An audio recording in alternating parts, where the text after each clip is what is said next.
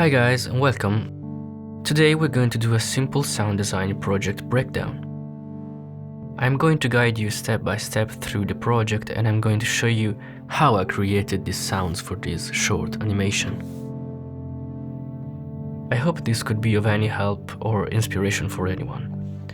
However, this is my first video on YouTube, so please share tips and critics in the comments below.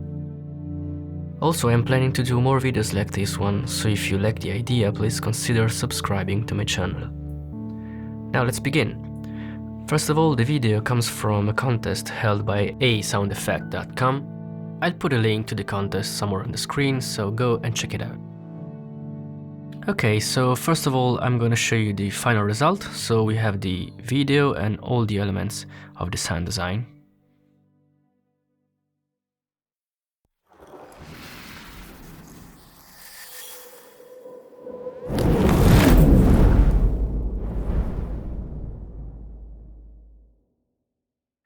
And that's it.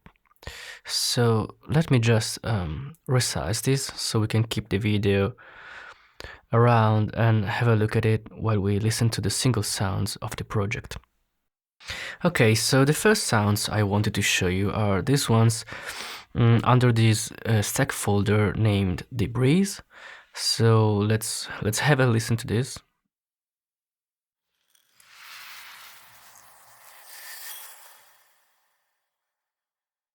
And I'm using these sounds to underline this kind of a dust, you know, moving around the main globe.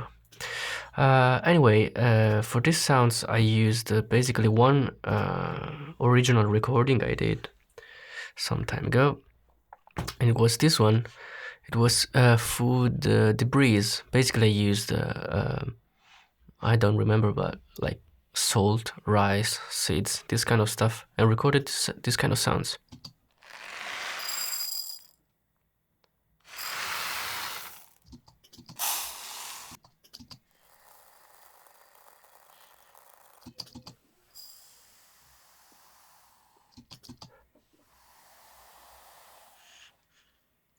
Right, and basically I used some of them all together, and well, nothing fancy here, as you can see, just some reverb, simple stuff. So let's move on.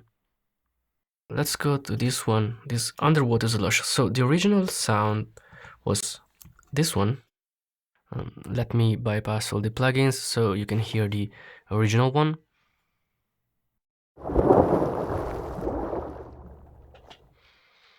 Okay, so this sound was a little bit too much watery for my taste, so I decided to process it a little bit.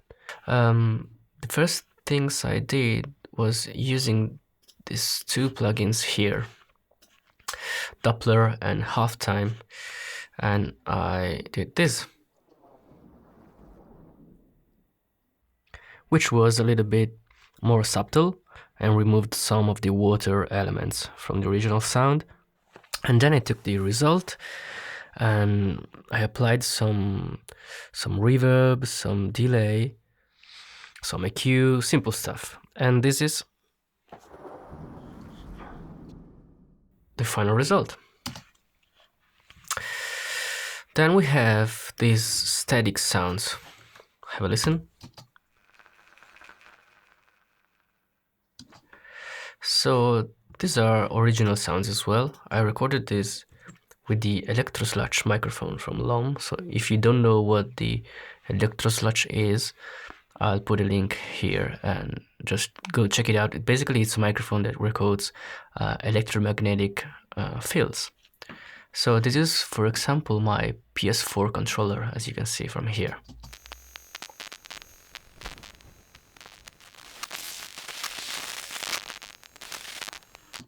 Pretty cool, huh? And this one is my television.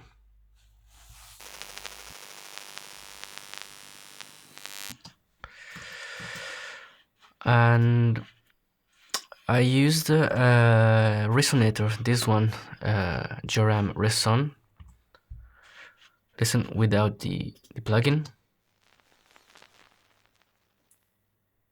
with the plugin.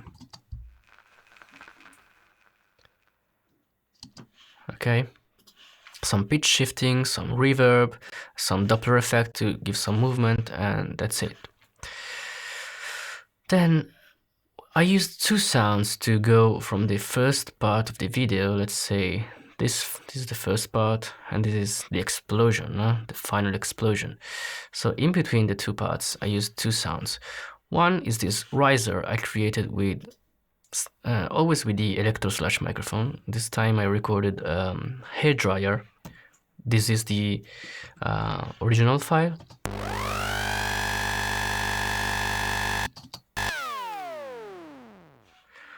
So cool. And I used it as a riser. And as you can see, I did nothing to the original sound. No plugins, no processing. I did just quite a long fade in to help the riser, and that's it. And there is another sound that I used to design the transition from the first to the second part of the video, and it's this one. Have a listen.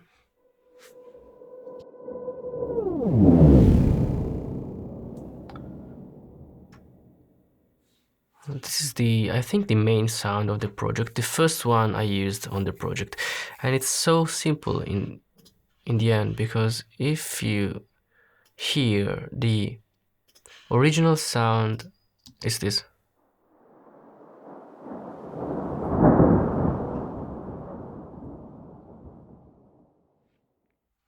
This is an original recording I did some days ago, and it's a distant storm recorded from my balcony. So here's what I did. First, I used some equalization, to just cut the high frequencies out of it. And here it is.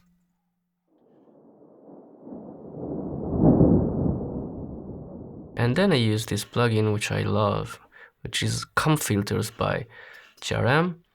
And I did some automation to this plugin as well. And, this is the result.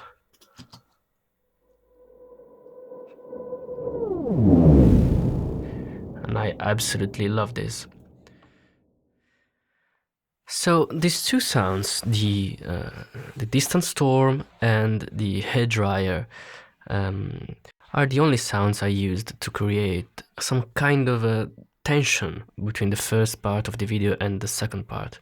So let's hear them again together.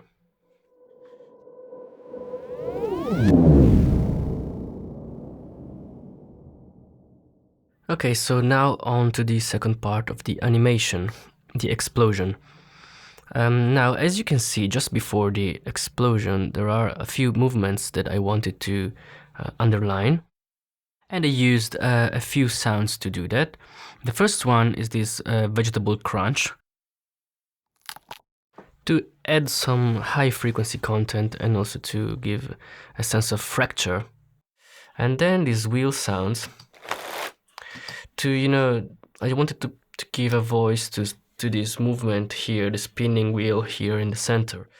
And this is the original recording I used for this.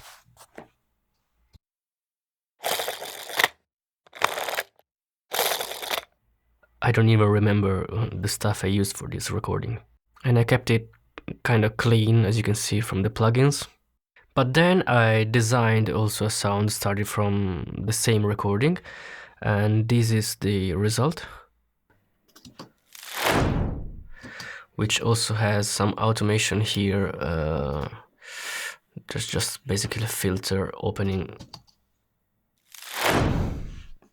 And this sound actually helps me a lot, because it works as a low frequency drop, and this way the explosion looks and feels bigger and wider actually. And then we have this low hit to define the transient of the explosion. If we hear all this together, you can hear the contrast between the sounds just before the explosion and the hit. And then we have these two bite sounds. I wanted to give some more crunch to the explosion, and also some kind of reflection waves, you know, after the first explosion.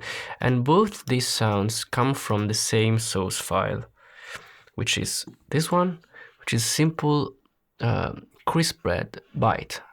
I just recorded myself eating a biscuit.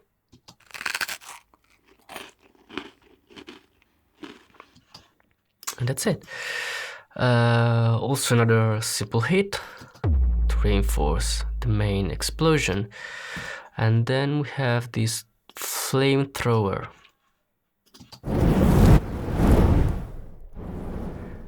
which is pretty much straightforward. And I did some volume automation here to give some more space to the main hit of the explosion, and then have some kind of a kickback from this. You see this flame ring coming towards us. It needed some kind of a support from this flamethrower sound, which is kind of important for the overall dynamics of the explosion. And then we have these two sounds here, some more flames and this thunder and lightning sound, and I transposed it down 10 semitones, as you can see here, and I use them for this last lightning over here.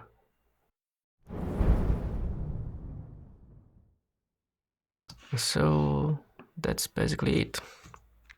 Let's hear it once again, all the way back from the start.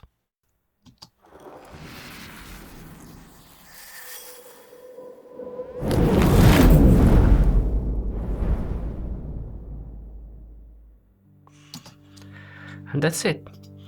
I hope you guys enjoyed this, and I really hope this could be of any help or inspiration to anyone. And I think that sharing tips and workflows and ideas, you know, it's a great way to grow a community. So stay in touch, subscribe to the channel, and see you next time.